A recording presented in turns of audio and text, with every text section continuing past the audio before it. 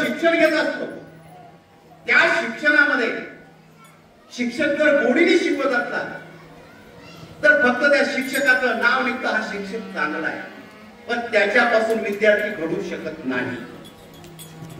जर शिक्षक कडक असला, रागवत असला, बोलत असला तर त्या विद्यार्थ्यांमध्ये नक्की प्रगती होत असते. तसं गुरुचं असतं. गुरु आपल्याशी कठोर वागतात. गुरु आपली प्रत्येक वेळेस परीक्षा पाहत असतात आणि अशा वेळेस आपण गुरुचा साथ सोडून देतो. का?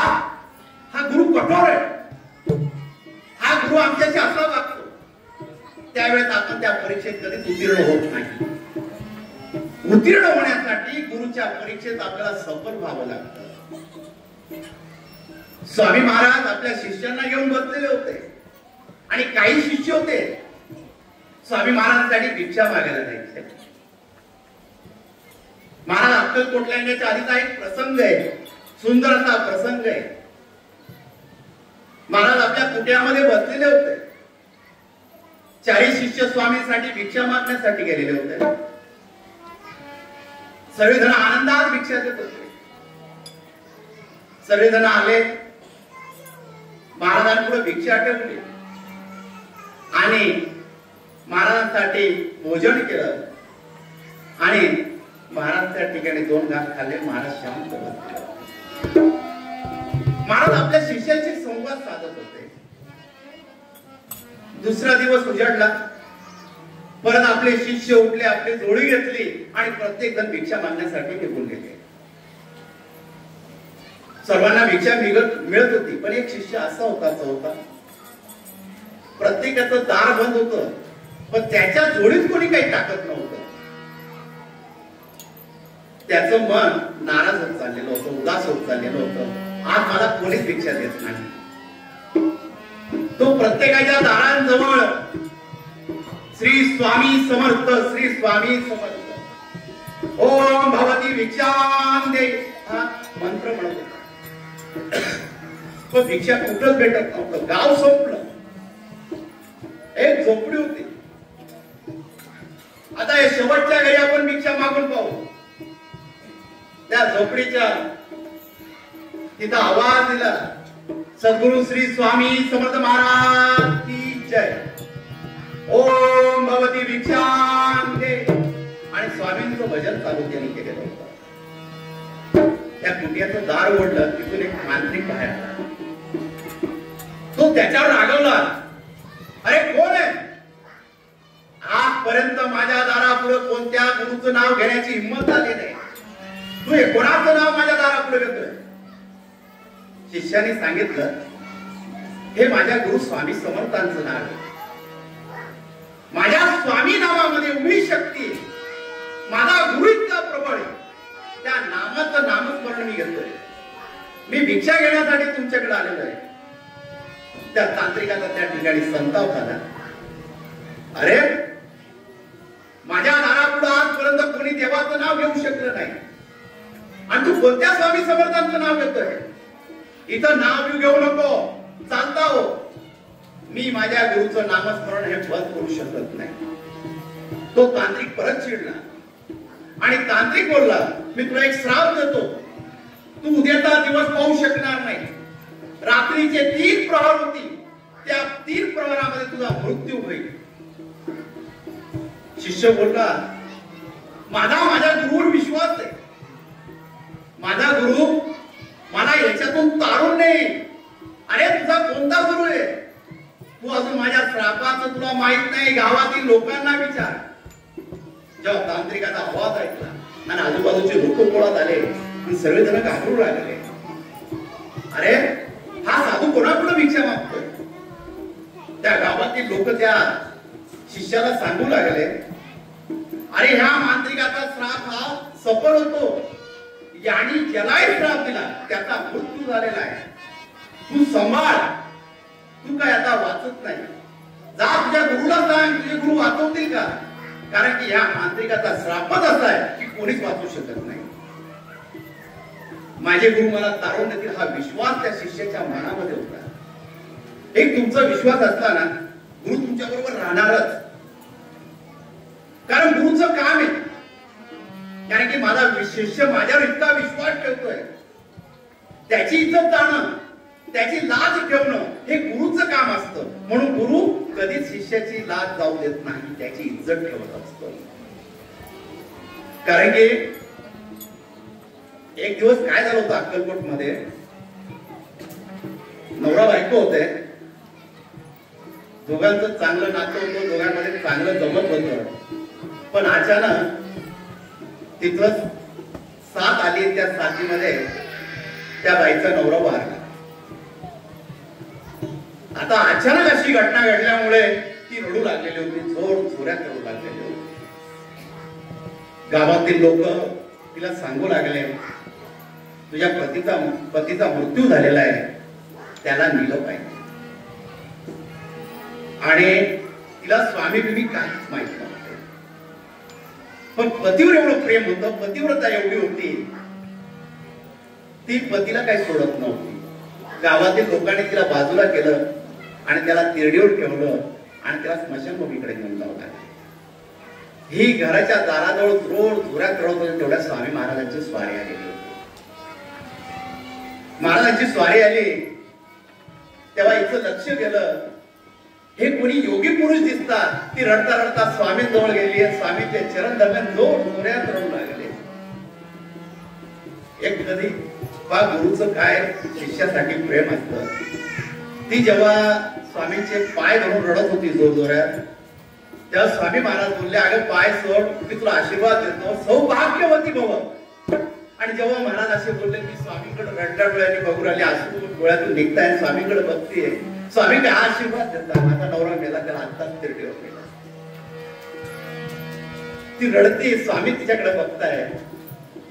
महाराज एवढं बोलले, माई आशीर्वाद दिला ना, जा, मला आशीर्वाद सपाले, तुझा नवरा तुझ्या घरी येईल, नाही तर जा, आम्ही तुझ्या बरोबर येतो, पण तू जा. महाराज एवढंच बोलले. आणि तिच्यामध्ये एक शक्ती निर्माण झाली आणि ती स्वामींच्या चरणावर खूप ढसाढस रडू लागली. महाराज पावलं टाकत पुढे निघून गेले. तिच्या मनामध्ये विश्वास बसला, मला गुरुंनी आशीर्वाद दिलेला आहे, योगी पुरुषांनी आशीर्वाद दिलेला आहे. ही तिथून पळत सुटली स्मशानभूमीकडे. स्मशानभूमीजवळ तिरडी रचलेली होती आणि ते प्रेत ठेवलेलं होतं, त्याच्यावर लाकड रचण्यात आली आणि पळत येते. आता त्याला आगळी दाग देणार. सर्व लोक शांत उभे होते. तिचा जीव चाललेला होता की मी जाईपर्यंत यांचा अग्नी संस्कार झालेला नाही पाहिजे. तिचा जीव त्याच्यासाठी चालला, ही पळत सुटलेली होती आणि स्मशानभूमीजवळ येते. तेवढ्यात त्याला अग्निदान देण्याची तयारी झालेली होती आणि तेवढ्या त्यावेळेला थांबा, सर्व लोक शांत झाले आणि तिच्याकडे बघू लागले. अगे काय झालं, आता गेला तो, कशाला रडते, अरे तिला धरा, ती परत येऊन राहते. काही लोक तिला धरू लागले आणि अग्निदान देण्याची तयारी सुरू झाली आणि जोरात रडती, उंबरडा देते, अरे माझा नवरा जिवंत आहे, मला योगी पुरुषांनी सौभाग्यवतीचा आशीर्वाद दिलेला आहे. पण लोक काहीच ऐकते नाही.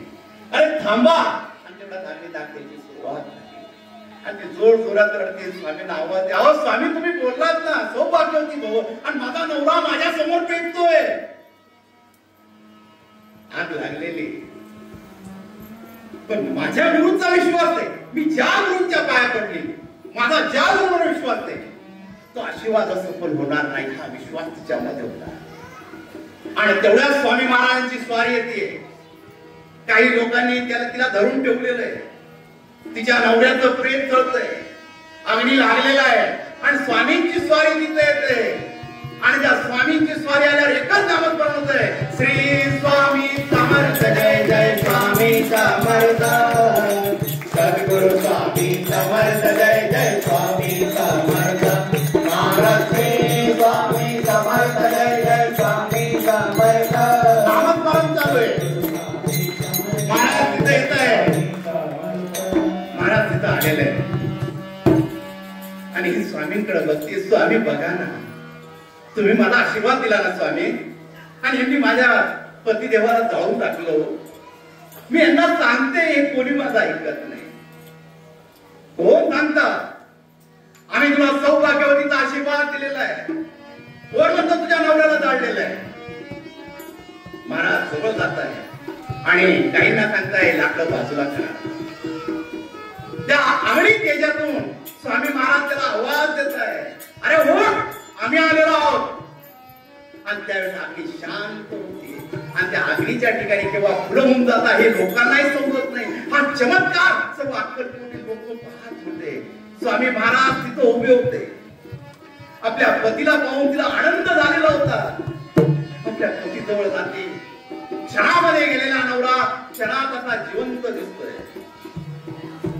नवऱ्याजवळ गेली, सांगू लागली, तुम्ही मला सोडून गेला होता, तुम्ही जर गेला तर या जगामध्ये माझं कोणी नाही, पण स्वामींच्या आशीर्वादाने तुम्ही परत आले. हा ब्रह्मांड नाही तुमच्यासाठी आलेला आहे. दोघ जण स्वामींकडे बघताय. महाराज म्हणताय, जोही आमचा शिष्य कोणत्याही जन्मामध्ये असो आम्ही त्याच्या सोबत असतो. अरे आमचं नातं आहे तुझ्याशी. आम्ही श्रीपाद वल्लभ अवतारामध्ये तुला भेटलेलो आहे. तेव्हा महाराज सांगताय, त्या माईला आठव मागचा जन्म, त्या जन्मामध्ये काय झालेलं होतं. तर श्रीपाद वल्लभांच्या चरित्रामध्ये हाच अध्याय की त्यावेळेस दोघांचं लग्न झालं होतं. दोघ जण पुरोपूरला गेलेले होते आणि पुरोपूर मध्ये सुद्धा त्याचा मृत्यू झालेला होता. त्यावेळेस स्वामी महाराज बोललेले होते. तेव्हा स्वामींजवळ गेलेली होती दत्त महाराजच्या अवतारामध्ये श्रीपाद वल्लभांजवळ, की माझा नवरा मिळाला आहे स्वामी, आम्ही तुमच्या दरबारात आलेला. अगदी अघटित घटना घडलेली आहे. तेव्हा श्रीपाद वल्लभांनी सांगितलं होतं, तुझ्या मंगळसूत्र विकून जे पैसे येतील त्याचे लाकडानं त्याच्या अंड शिजव, तुझा नवरा जिवंत होईल. तोच आशीर्वाद देण्यासाठी आम्ही परत तुझ्यासाठी अक्कलकोटला आलेलो आहोत. ही स्वामींची कृपा आहे. स्वामी ज्याही भक्तावर प्रेम करताना त्या भक्तासाठी धावून जातात आणि ते येतात ज्यांनी त्यांचा अनुभव घेतलेला आहे. तो स्वामी महाराज त्यांच्यासाठी येतात. आता नाशिकची एक घटना आहे. कोणाच्या घरी 5-6 वर्षांनी बाळ झालं तर त्याला अंगठ्या केल्या जातात सोन्याच्या. तर तशाच त्या लहान बाळाला अंगठ्या केलेल्या होत्या. म्हणून ते नाशिकला आले. नाशिकला आल्यावर फोटो काढायचे म्हणून हातामध्ये त्या लहान बाळाच्या 3 ते 6 महिन्याचं बाळ असत, तर हातामध्ये त्या अंगठ्या घातलेल्या होत्या फोटो काढण्यासाठी. आणि बोलता बोलता त्या लहान मुलाने तो बोट तोंडामध्ये घातला आणि त्या अंगठी गिळून घेतली. आता 2.5-3 महिन्याचं काय 4 महिन्याचं बाळ असत, त्यांनी गिळून घेतली. यांना वाटतं अंगठी कुठं पडलं. पूर्ण घरामध्ये शोधू लागले अंगठी कुठं पडली, पण अंगठी काही सापडत नव्हती. मग नंतर लक्षात आलं की यांनी गिळली तर नसेल ना. तर जेव्हा वाटू लागलं की यांनी अंगठी गिळली तर त्याला डॉक्टरकडे नेलं. डॉक्टरांनी सरळ सांगितलं, याचं ऑपरेशन करू शकत नाही, याला काही औषध देऊ शकत नाही, फक्त ही स्वामींची कृपा. आता हा देवावर तुम्ही आयुष्य सोडून द्या. आता लहान बाळाने 3-4 महिन्याच्या बाळाने जर अंगठी गिळली, ती मध्ये आतडीला लागू शकते, अन्न नलिका छोटी असू शकते, त्याच्यात अटकू शकते. आता ते बाळाची सर्व जबाबदारी त्या स्वामींवर होती. सर्व स्वामी भक्त होते. आणि त्या बाळाचे आजोबा राजाराय मठातले अध्यक्ष तोडके काका यांचा तो नातो नाशिक मध्ये. त्यांनाही सांगितलं. सर्वांनी स्वामींचं नामस्मरणाला सुरुवात केली. आणि त्या मुलाच्या आईला तर काय बेचैनी इतकी होती का माझ्या मुलाला काय झालं तर. सर्वांना काळजी वाटू लागली त्या बाळाची, ती अंगठी कशी निघत. सर्वजण स्वामींजवळ बसले आणि स्वामींना विनंती करू लागले आणि सर्वजण स्वामी नामामध्ये गुंग झाले. प्रत्येकाच्या मुखामध्ये स्वामींचं नाम चालू होतं. आणि स्वामींची कृपा बघा, लहान बाळाला कधीच एवढी शी होत नाही. सकाळी त्याला इतकी शी झाली, त्या शी मधून ती अंगठी बाहेर पडली. ही स्वामींची, हा ब्रह्मांड नाही. फक्त विश्वास महत्वाचा आहे. तुम्ही जर विश्वास ठेवला ना, तो विश्वासाने तुमच्या जवळ येणार आहे. फक्त गुरुवर आपला विश्वास प्रबळ असला पाहिजे. आपण गुरुवर कधी रुसलं नाही पाहिजे, गुरुने आपल्याला रुसलं पाहिजे. तेव्हा आपण गुरुला सांगितलं पाहिजे, गुरु माझ्याकडून काही क्षमा झाली का? जेव्हा अक्कलकोटहून पादुका भेटणार होत्या त्यावेळेस काही चुका घडायच्या, तर अक्कलकोटचे जाणू गुरुजी त्यांचे फोन यायचे, असे पोस्टर लावलेले. तर प्रत्येक वेळेस चुका सुधारण्याचा प्रयत्न करायचो, कारण की भीती एक होती का अक्कलकोटच्या पादुका भेटता एका चुकी म्हणून त्यांनी नाही ना म्हणून द्यावं. म्हणून 15 दिवस झोप सुद्धा लागायची नाही, विचार करायचा आपण इतका मोठा कार्यक्रम ठेवलेला आहे आणि त्या कार्यक्रमामध्ये जर त्यांनी पादुकांना नाही म्हणून दिलं तर लोकांना काय तोंड दाखवायचं. ती बेचैनी 15 दिवस मनामध्ये गुंतत होती. शेवटला एक त्यांनी मला मेसेज टाकला की अशी चूक झालेली, असं तुमच्या बॅनरवर लिहिलं गेलेलं आहे. तर त्या टायमाला माझी हिंमत हारली, तेव्हा घाबरलो. तेव्हा स्वामींचं नाव घेतलं आणि एकच लिहून पाठवलं, कारण फोन लावायची हिंमत होत नव्हती, काय बोलावं. एक मेसेज दिला, तुम्ही आमचे गुरु आहात, तुम्हाला रागवण्याचा अधिकार आहात, पण शिष्य जर चुकला तर त्याला सांभाळून घेण्याचा अधिकार हा तुमचा आहे. शिष्याला ज्ञान देणारे तुम्ही आहात, जर चूक झाली तर तुम्ही सांभाळून घ्या, बस एवढीच विनंती. परत त्यांचा एकही मेसेज आला नाही. आनंदात त्यांनी पादुका या मठाला दिल्या. हा अनुभव आहे. गुरुकडे तुम्ही मागा. गुरुचं काही चुकत असलं तर गुरुची चूक दाखवू नका. आपण काय चुकलो आपण गुरुला सांगा, गुरुजवळ कबूल करा. आपल्या ब्रह्मांड नायकाकडे कबूल करा, त्याची कृपा प्राप्त करा. कारण की आपल्या मठामध्ये एक सांगतो विषय, प्रत्येकाने वैजयंती माळी आनंदाने घेतल्या. वैजयंती माळ घेणं, गळ्यात टाकणं, काहींना तर असं वाटलं काही नाही काढून ठेवलंय आपल्याला खाता येईल. पण वैजयंती माळेचं महत्व काय हे माहिती नाही. आणि पहिल्यांदा सुद्धा सांगितलं होतं का वैजयंती माळ एकदा टाकली तुमचं खाणं बंद होतं. तुम्ही गुरुचे शिष्य होतात. तर खूप जणांनी वैजयंती माळ टाकल्या आणि आपल्या मठामध्ये 1 महिन्यापासून सांगण्यात येतं, गुरुपौर्णिमेच्या दिवशी ज्यांनी वैजयंती माळ टाकली त्यांना गुरु दीक्षा देण्यात येणार आहे, गुरुमंत्र देण्यात येणार. त्याच्यात अर्धे वैजयंती माळवाले आले नाही.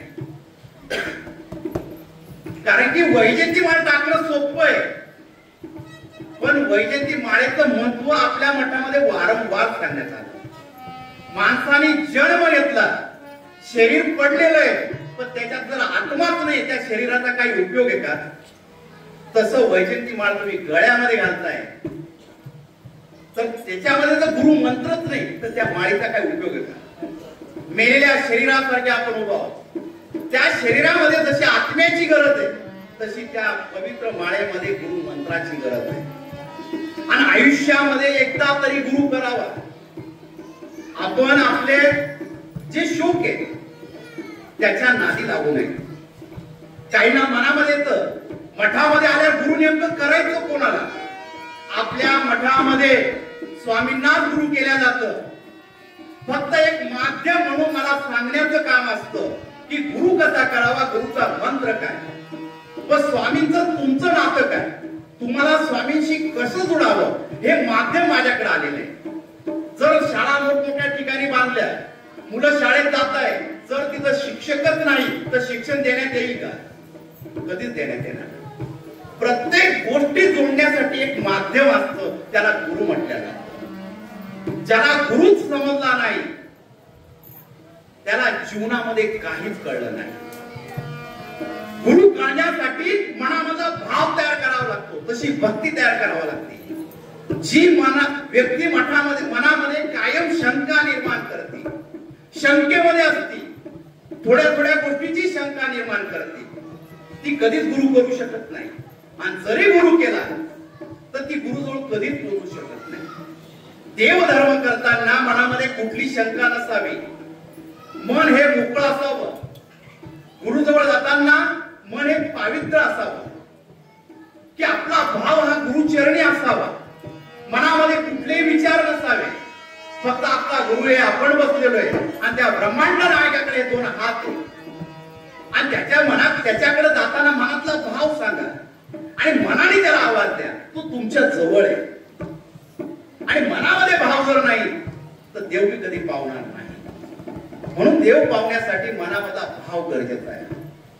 घरामध्ये 11 माळी जपा, 15 माळी जपा, पण त्या माळी जपताना जर मनामध्ये विचार राहिला केव्हा माळ संपणार, केव्हा माझ्या 11 माळी पूर्ण होतील, तर त्या माळी जपून सुद्धा काहीच फायदा नाही. त्याच्यापेक्षा एकच माळ जपा, पण ती पूर्ण मनापासून जपा, ती गुरुच्या चरणी जपा. तो गुरु आपोआप तुमच्यासाठी.